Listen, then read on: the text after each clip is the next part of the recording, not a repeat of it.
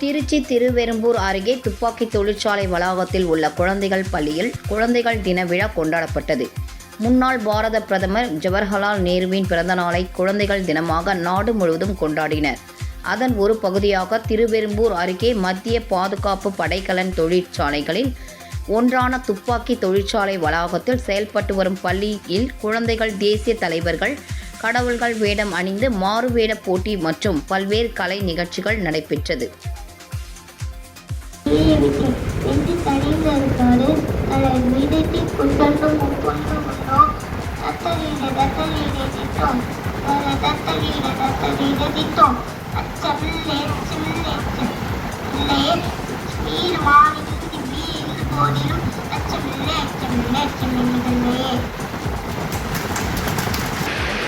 மரத்தை வச்சுருக்கீங்கன்னா காற்று மழையும் வராது. Thank you.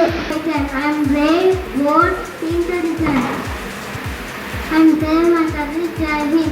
I'm very modern. Thank you.